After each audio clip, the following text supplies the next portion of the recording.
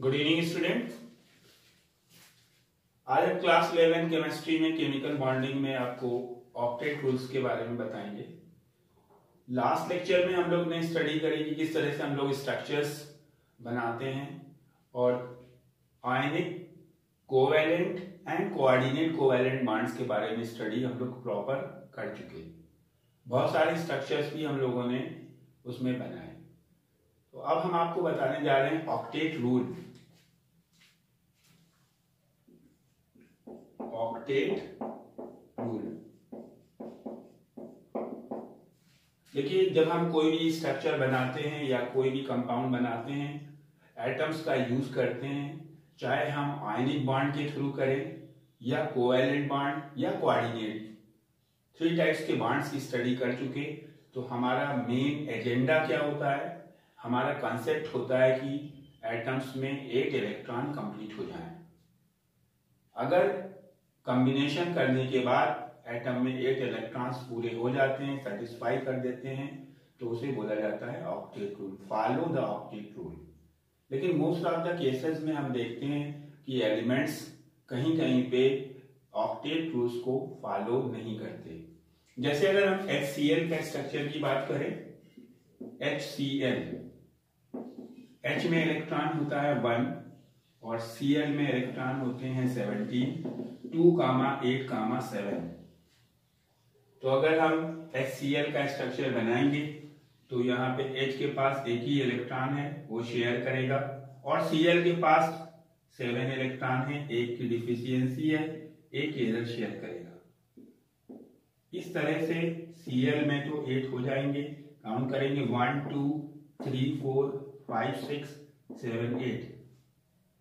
Cl में तो electron पूरे हो रहे हैं, लेकिन H में इलेक्ट्रॉन पूरे नहीं हो रहे। H में इलेक्ट्रॉन 2 ही हो रहे हैं। तो ये तो कुछ जहां पे H आएगा, कौन से एलिमेंट ऑक्टेट रूल को कभी भी फॉलो नहीं करेंगे, पहले वो समझ लीजिए।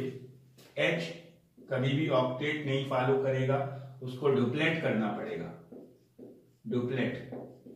डुप्लेट का मीनिंग है 2 इलेक्ट्रॉन करने होंगे। ऐसे ही He, Li, Be, ये जो एलिमेंट हैं, ये कभी भी ऑक्टेट नहीं पूरा करेंगे, कभी भी ऑक्टेट पूरा नहीं करेंगे। अब आती है बात बी।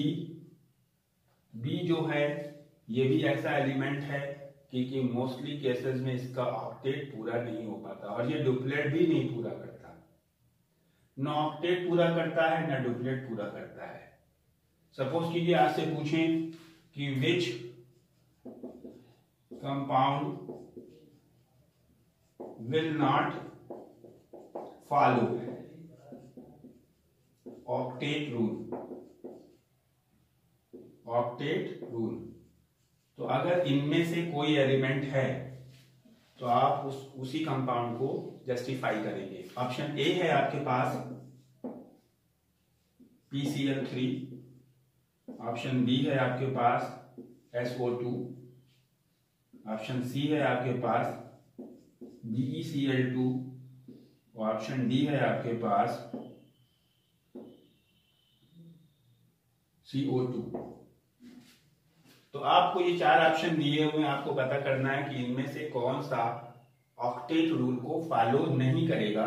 तो हमने आपको बता दिया, अगर ये एलिमेंट्स कोई प्रेजेंट हैं तो इनमें से किसमें प्रेजेंट है, ये वाले में। सी ऑप्शन में BeCl2 है, तो Be कभी भी ऑक्टेट को पूरा नहीं करेगा। तो अगर कोई एलिमेंट में आंसर यानी आपका ये करेक्ट होगा। अब आप देखिए, अगर कोई एलिमेंट ऑक्टेट पूरा नहीं करते तो क्या उनके स्ट्रक्चर सेटिस्फाइंग हैं? अगर ये एलिमेंट हैं तो डुप्लेट पूरा करना चाहिए, और अगर इनके अलावा कोई एलिमेंट हैं तो भी ऑक्टेट नहीं पूरा हो रहा, तो उसे फिर वायलेंस ऑफ ऑक्टेट रूल बोला जाएगा। मींस इनके अलावा, जैसे बी को हमने बोला ये डुप्लेट भी नहीं पूरा करेगा, लेकिन ये ऑक्टेट भी नहीं पूरा कर रहा। तो बहुत सारे ऐसे कंपाउंड हैं जो ऑक्टेट नहीं पूरा करते और ना ही डुप्लेट पूरा करते। उनके कुछ एग्जांपल्स बता देते हैं, जिससे कि अभी तो ये सिंपल एक क्वेश्चन आया था तो आपको बता दिया डुप्लेट के अकॉर्डिंग ये आपने सॉल्व कर दिया। लेकिन अगर वो ऑक्टेट नहीं पूरा कर रहे और डुप्लेट भी नहीं पूरा कर रहे तो वो कौन से कंपाउंड होंगे? जैसे PCl5 है। अब अगर हम इसका स्ट्रक्चर बनाना चाहें, P में इलेक्ट्रॉन है 15, 2, 8, 5। Cl में इलेक्ट्रॉन है 17, 2, 8, 7। अब अगर हम PCl5 का स्ट्रक्चर बनाना चाहें तो फास्फोरस को 3 की डिफिशियंसी है, 3 इलेक्ट्रॉन्स कम है। क्लोरीन में 7 है, 1 इलेक्ट्रॉन कम है। तो अगर हम फास्फोरस की शेयरिंग कराएं तो हमारे पास 5Cl है, 1Cl, 2Cl, 3Cl, 4Cl and 5Cl। हमने एक Cl से एक की शेयरिंग करा दी, Cl के 8 हो गए पूरे। फास्फोरस के 5 थे, एक बढ़ गया 6 हो गए। इधर भी एक की शेयरिंग करा दी, इसके भी 7 हो गए। और P के अब कितने हो गए? 2 शेयरिंग हो गई तो 7 हो गए। अब फास्फोरस ने एक और क्लोरीन से शेयरिंग कर ली, ये वाले Cl के पूरे हो गए और फास्फोरस के भी पूरे हो गए। फास्फोरस के देखिए पूरे हो गए। फास्फोरस के 5 इलेक्ट्रॉन थे, 1, 2, 3, 4, 5 और 3 की शेयरिंग करी 6, 7, 8 और इन तीनों क्लोरीन के भी पूरे हो गए। लेकिन अब इस क्लोरीन के पास 7 इलेक्ट्रॉन है और इस क्लोरीन के पास भी 7 इलेक्ट्रॉन है। अगर ये शेयरिंग करेगा तो फास्फोरस के इलेक्ट्रॉन बढ़ने लगेंगे। क्लोरीन को एक ही एटम की रिक्वायरमेंट है, 2 की रिक्वायरमेंट भी नहीं है कि हम इसको कोऑर्डिनेट बॉन्ड दे देते। तो ये कंपाउंड अगर हम शेयरिंग करेंगे, यहाँ पे सपोज कीजिए हमने शेयरिंग करा दी तो क्लोरीन में तो पूरे हो गए और इधर भी शेयरिंग करा दी। तो अब आप देखिए फास्फोरस में कितने हो गए? 1, 2, 3, 4, 5, 6, 7, 8, 9, 10 इलेक्ट्रॉन हो रहे हैं। इस तरह से PCl5 जो है ये ऑक्टेट रूल को फॉलो नहीं कर रहा। दूसरा एग्जांपल आपको बताएं, SF6 ऑक्टेट रूल को फॉलो नहीं करेगा। उसी तरह से IF7 ऑक्टेट रूल को फॉलो नहीं करेगा। और भी बहुत सारे कंपाउंड हैं ऑक्टेट रूल को जो फॉलो नहीं करेंगे।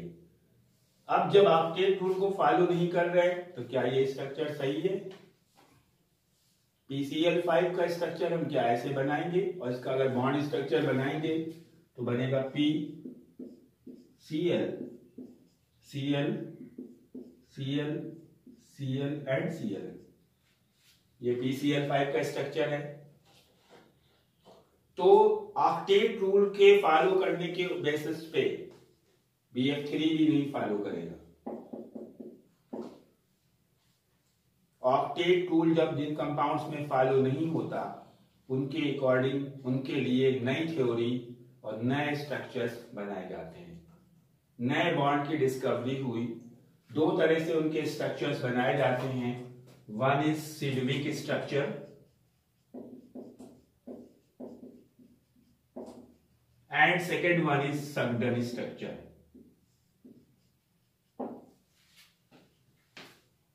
सिडविक और सगडन के अकॉर्डिंग क्या है? सिडविक ने बताया अगर कोई कंपाउंड ऑक्टेट रूल फॉलो नहीं कर रहा तो कोई प्रॉब्लम नहीं है। उसके सेंट्रल एटम पे अगर इलेक्ट्रॉन बढ़ जाते हैं या घट जाते हैं, 8 नहीं होते। जैसे इसमें फास्फोरस सेंट्रल एटम है और सेंट्रल एटम पे इलेक्ट्रॉन 10 हो रहे हैं, 10 हो रहे हैं। होने कितने चाहिए? होने चाहिए थे 8। सेंट्रल एटम पे अगर इलेक्ट्रॉन बढ़ जाते हैं और जो सराउंडिंग एटम्स हैं उनमें पूरे रहते हैं तो वो आपका स्ट्रक्चर सही माना जाएगा। मीन्स एक सिडविक के अकॉर्डिंग ये स्ट्रक्चर जो है ये करेक्ट है। इसमें सेंट्रल एटम में 10 हो जाए, 12 हो जाए, 8 रहे हो जाए, 6 हो जाए, कोई प्रॉब्लम नहीं है। लेकिन जो सराउंडिंग एटम हैं उनमें पूरे होने चाहिए। हर Cl में 7 इलेक्ट्रॉन होने चाहिए। तो ये स्ट्रक्चर सिडविक स्ट्रक्चर बोला जाएगा। 2 टाइप के स्ट्रक्चर बनाने पड़ेंगे। अगर आपको PCl5 का स्ट्रक्चर पूछा जाएगा तो आपको सिडविक स्ट्रक्चर और सगडन स्ट्रक्चर 2 बनाने पड़ेंगे। अब सगडन क्या बोलते हैं? सगडन बोलते हैं फास्फोरस है, फास्फोरस ने 3 क्लोरीन से शेयरिंग कर ली है और उसके पास अब इलेक्ट्रॉन पूरे हो गए हैं और तीनों क्लोरीन पे भी पूरे हो गए हैं। अब हमारे पास 2 क्लोरीन एटम बचे हैं, इनके पास 7 इलेक्ट्रॉन हैं। ये 7 इलेक्ट्रॉन और फास्फोरस के पास 2 इलेक्ट्रॉन बचे हैं। जिस तरह से हम एक इलेक्ट्रॉन का पेयर यानी 2 इलेक्ट्रॉन्स डोनेट करते थे कोऑर्डिनेट बॉन्ड में, हम देते थे ना, एक इलेक्ट्रॉन देते थे पेयर में, तो ऐसे एरो बनाते थे। ये इलेक्ट्रॉन बॉन्ड जो है 2 इलेक्ट्रॉन्स के लिए इंडिकेट किया जाता था। तो सेंट्रल एटम एक इलेक्ट्रॉन भी डोनेट कर सकता है। अगर एक की रिक्वायरमेंट है, क्लोरीन को एक की रिक्वायरमेंट है, ये वाले क्लोरीन को भी एक की रिक्वायरमेंट है। सगडन ने बताया कि दोनों एटम में 8 होने चाहिए, चाहे वो एक इलेक्ट्रॉन दे के करे कोऑर्डिनेट। तो ये फास्फोरस इस क्लोरीन से एक इलेक्ट्रॉन से बॉन्ड बनाएगा, ऑड इलेक्ट्रॉन बॉन्ड बनेगा और ये दोनों में काउंट किया जाएगा। इस तरह से क्लोरीन में 8 और इसमें भी 8। और इस बॉन्ड को हम कैसे इंडिकेट करेंगे? 2 के लिए हम लोग इंडिकेट करते हैं एरो, तो 1 के लिए करेंगे हाफ एरो, एक तरफ बॉन्ड बनाएंगे। मीन्स PCl5 में एक तो ये कोवैलेंट बॉन्ड हुआ, ये कोवैलेंट बॉन्ड हुआ, ये कोवैलेंट बॉन्ड हुआ, ये कोऑर्डिनेट बॉन्ड हुआ, हाफ कोऑर्डिनेट, आधा एरो बना रहे हैं। This is Sidgwick Sugden structure. This is Sidgwick structure. According to the Sidgwick structure PCl5 में कितने कोवैलेंट बॉन्ड होंगे? 5 कोवैलेंट बॉन्ड होंगे। और according to the Sugden structure how many covalent bond? 3 covalent bond and 2 half coordinate bond. Clear हो गया students? अब देखिए एक और स्ट्रक्चर आपको बता देते हैं। SF6 का बनाने जा रहे हैं, सिडविक एंड सगडन। सिडविक में हमने आपको बताया कि SF6 का बना रहे हैं। S सेंट्रल एटम है, F हम 6 बनाएंगे, 1 2 3 4 5 एंड 6। S के पास लास्ट में 6 इलेक्ट्रॉन है, 16 2, 8, 6 और F में 9 है, 2, 7। तो एक शेयर किया, एक इसमें 7 और एक 8 हो गए। इसी तरह से एक इधर का शेयर कर लिया, इसमें भी 8 हो गए। अब S के पास 6 थे, 2 का शेयर कर लिया, 8 हो गए। अब इसके जो 4 इलेक्ट्रॉन बचे हैं वो इस तरह से बना लें। अब F शेयरिंग नहीं करेगा। अगर हम सिडविक बना रहे हैं तो शेयरिंग करेगा और सारे शेयरिंग करा देंगे, सारे सिंगल बॉन्ड बना देंगे।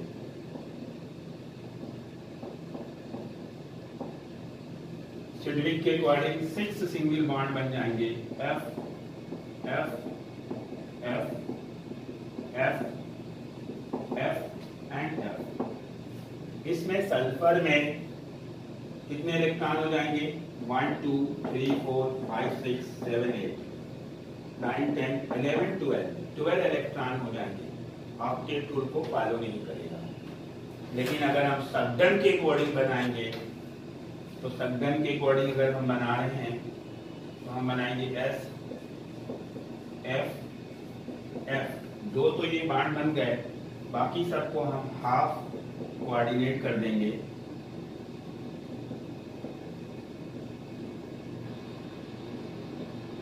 हाफ कोऑर्डिनेट तो SF6 में सघन के अकॉर्डिंग कितने हाफ कोऑर्डिनेट बांड होंगे? 4 हाफ कोऑर्डिनेट बांड होंगे और 2 सिंगल कोवैलेंट बांड होंगे। अब आपको बताते हैं IF7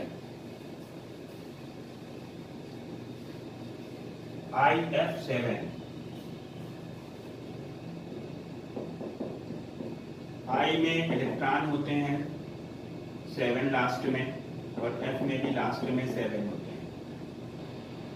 तो एक 7I बनाएंगे, एक तो 1 2 3 4 5 6 एंड 7। सिल्विक के अकॉर्डिंग तो 7 कोवैलेंट बांड आ जाएंगे। ये सिल्विक स्ट्रक्चर हो गया। आयोडीन में कितने इलेक्ट्रॉन हो जाएंगे? 1 2 3 4 5 6 7 8 9 10 11 12 13 14 इलेक्ट्रॉन हो जाएंगे आयोडीन में। और सघन के अकॉर्डिंग I F एक तो कोवैलेंट हो गया, half coordinate half coordinate half coordinate half coordinate half coordinate and half coordinate, यानी 6 कोऑर्डिनेट बांड होंगे हाफ और 1 कोवैलेंट बांड होगा। स्टूडेंट्स, अब आपको इसके बारे में अच्छे से स्टडी करना है। क्वेश्चन के स्ट्रक्चर का कॉन्सेप्ट पूरा हो गया है। अब हम आपको कुछ क्वेश्चन बता रहे हैं। जैसे क्वेश्चन है how many electrons on boron in BF3। BF3 पे बोरान के कितने इलेक्ट्रॉन होंगे? Option A 4, option B 6, option C 8, option D 10। इसको आपको करके भेजना है। Question number 2, which will not follow octet rule? कौन सा ऑक्टेट रूल नहीं फॉलो करेगा? Option A PCl3, option B SF4, option C H2O, option D H2S। एक से ज्यादा भी आंसर हो सकते हैं, ऐसा नहीं है कि खाली एक ही ऑप्शन हो। विच विल नॉट फॉलो, तो आप इन क्वेश्चंस को करके हमें कमेंट सेक्शन में रिप्लाई करेंगे और साथ साथ क्वेश्चन भी करेंगे। ओके। अब स्टूडेंट्स, हम आपको ओवरलैपिंग्स के बारे में बताएंगे। ओवरलैपिंग्स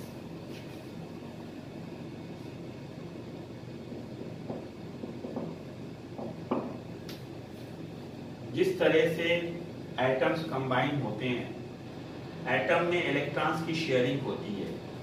जब कोवैलेंट बॉन्ड बनते हैं तो दो एटम आपस में इक्वल नंबर ऑफ इलेक्ट्रॉन्स की शेयरिंग करते हैं, यानी इतना पास आ जाते हैं कि एक एटम का इलेक्ट्रॉन दूसरे एटम के कांटेक्ट में आने लगता है। और एक एटम के, जैसे हमने ये एक एटम लिया, इसका ये इलेक्ट्रॉन है, और एक कोई दूसरा एटम लिया, इसका ये इलेक्ट्रॉन है। ये इसका न्यूक्लियस है, न्यूक्लियस पे पॉजिटिव चार्ज होता है और इलेक्ट्रॉन पे नेगेटिव चार्ज होता है। जब एटम पास में आएंगे तो क्योंकि इलेक्ट्रॉन पे तो नेगेटिव चार्ज होगा, और इलेक्ट्रॉन अगर नेगेटिव चार्ज है तो दोनों ही इलेक्ट्रॉन पे नेगेटिव चार्ज होने की वजह से नेगेटिव के बीच में कौन सा फोर्स लगेगा? रिपल्सन फोर्स लगेगा। एक दूसरे को रिपेल करेंगे, धक्का देंगे। तो फिर शेयरिंग कैसे करेंगे? हम लोग कहते हैं atoms combine with equal number of electrons. Sharing करने का कॉन्सेप्ट क्या है? इलेक्ट्रॉन मूव कर रहा है, ये भी इलेक्ट्रॉन मूव कर रहा है, इलेक्ट्रॉन मूव करके इधर जाएगा। सपोज कीजिए इलेक्ट्रॉन यहाँ पे जब पहुंचेगा, ये पॉजिटिव, ये निगेटिव, इलेक्ट्रॉन पे निगेटिव चार्ज, ऐसे ही इधर दूसरा एटम, इस पे पॉजिटिव और ये निगेटिव चार्ज। तो इसके न्यूक्लियस और इसके इलेक्ट्रॉन के बीच में अट्रैक्शन फोर्स लगेगा, पॉजिटिव निगेटिव के बीच में। वैसे ही इसके न्यूक्लियस और इसके इलेक्ट्रॉन के बीच में अट्रैक्शन फोर्स लगेगा। इसमें भी अट्रैक्शन लग रहा था, ये पॉजिटिव न्यूक्लियस के बीच में रिपल्सन लगेगा और ये इलेक्ट्रॉन के बीच में रिपल्सन लगेगा। तो आप देख रहे हैं कि ये डिस्टेंस, ये अगर 90 डिग्री एंगल है, ये तो आपका ये क्या बनेगा? हाइपोटेन्यूस हुआ, और ये 90 डिग्री है तो ये भी हाइपोटेन्यूस हुआ। तो हाइपोटेन्यूस राइट एंगल ट्रायंगल में सबसे बड़ी डिस्टेंस होती है। तो ये रिपल्सन फोर्स और ये रिपल्सन फोर्स कम होगा, जबकि ये अट्रैक्शन फोर्स और ये अट्रैक्शन फोर्स ज्यादा होगा। इस तरह से दोनों एटम्स आपस में कंबाइन होंगे और फिर ये एक दूसरे से ओवरलैप कर जाएंगे। ओवरलैपिंग का मीन्स है कि जब दो ऑर्बिटल्स या दो सबशेल्स आपस में एक दूसरे में इंटरमिंग हो जाए, एक दूसरे में घुस जाए, that will be called overlapping. अब हम ओवरलैपिंग ऑर्बिटल्स के बारे में स्टडी करते हैं।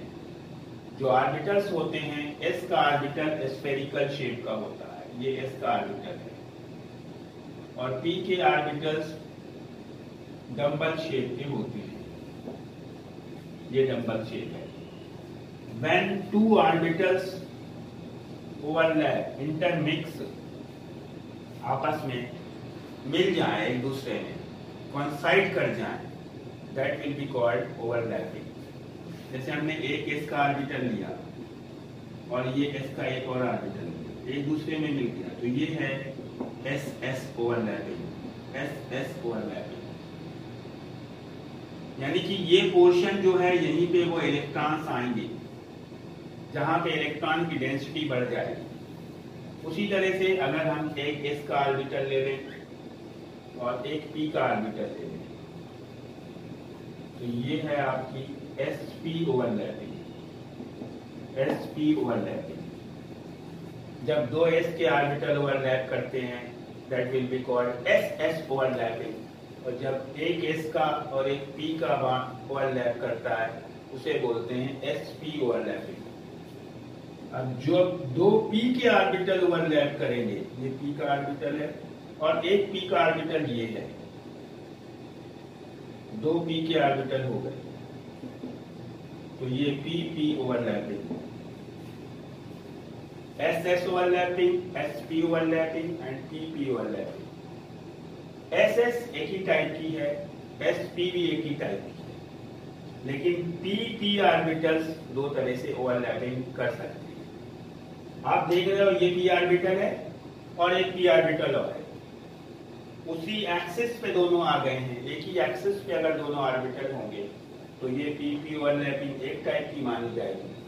और अगर दो p ऑर्बिटल एक एक्सिस पे नहीं है, एक इस एक्सिस पे है और ये दूसरे एक्सिस पे है, और ये हल्का सा टच कर दिया यहाँ पे, तो ये भी p ओवरलैपिंग है,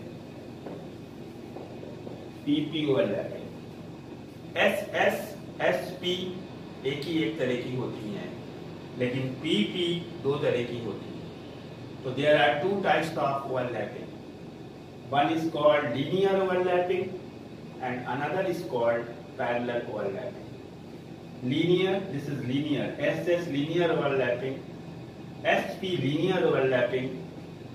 p में दोनों पाई जाती हैं, p linear overlapping and PP parallel overlapping are sidewise or lateral overlapping. जब लीनियर ओवरलैपिंग होती है, जिसे हम बोलते हैं SS या SP, तो उसमें जो बॉन्ड बनता है उसे सिग्मा बॉन्ड बोलते हैं, सिग्मा बॉन्ड। जब लीनियर ओवरलैपिंग होगी, चाहे वो SS की हो, SP की हो या PP की हो, उस बॉन्ड को सिग्मा बॉन्ड बोलेंगे। ऐसे बनाते हैं सिग्मा, ये सिग्मा बॉन्ड होगा, ये सिग्मा बॉन्ड होगा, सिग्मा। और जब साइड वाइज या पैरेलल ओवरलैपिंग होगी तो सिर्फ PP के केस में हो सकती है या PD के केस में, S के केस में नहीं होगी, क्योंकि S का शेप स्फेरिकल होता है। तो ये ओवरलैपिंग जो है PP साइडवेज, ये पाई बॉन्ड बोला जाएगा, पाई बॉन्ड, पाई बॉन्ड। अब ये सारे के सारे कोवैलेंट बॉन्ड के टाइप हैं। जब हम सिंगल बॉन्ड बनाते हैं, सिंगल बॉन्ड यानी एक एक की शेयरिंग करते हैं, A B के बीच में एक एक की शेयरिंग करते हैं, तो सिंगल बॉन्ड है तो उसमें सिर्फ एक सिग्मा बॉन्ड होता है, only one sigma bond. One single bond contain one sigma bond.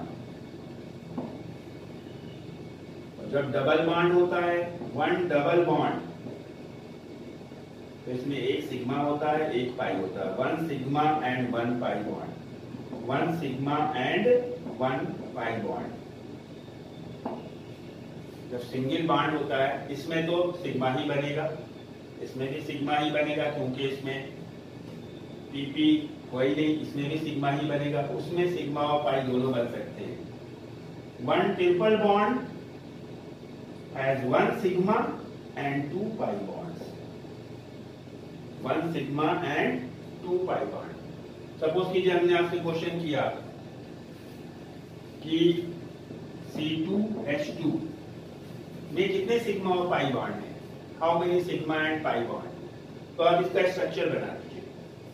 कैसे बनाएंगे? ये C, एक H इधर, एक C और एक H इधर, बीच में ट्रिपल बॉन्ड।